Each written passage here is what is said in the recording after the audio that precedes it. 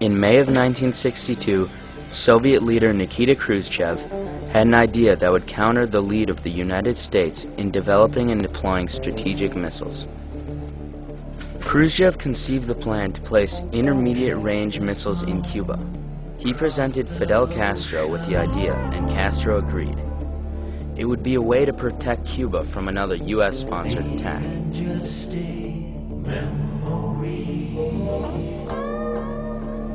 On the morning of Sunday, October 14, 1962, Major Richard Heiser flew over Cuba in his U-2 spy plane and took over 928 pictures.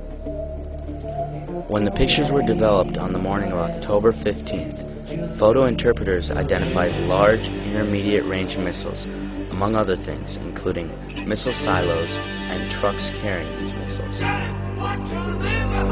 When President John F. Kennedy was informed of this, he needed to act fast. So he created a group of individuals called the XCOM. The XCOM was a group of 12 advisors that would help JFK assess the situation and figure out a way to find a solution.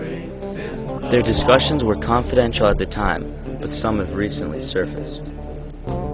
During one of their most important meetings, after 7 hours of heated debate, they decided that there should be a quarantine of all military equipment being shipped to Cuba.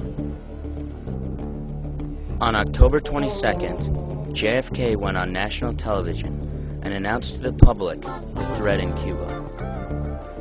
He stated that an attack from Cuba would be seen by the U.S. as a direct attack by the Soviet Union. To halt this offensive buildup, a strict quarantine on all offensive military equipment under shipment to Cuba is being initiated. I have directed the continued and increased close surveillance of Cuba and its military buildup. I have directed the armed forces to prepare for any eventuality. It shall be the policy of this nation to regard any nuclear missile launched from Cuba against any nation in the Western Hemisphere as an attack by the Soviet Union on the United States, requiring a full retaliatory response upon the Soviet Union.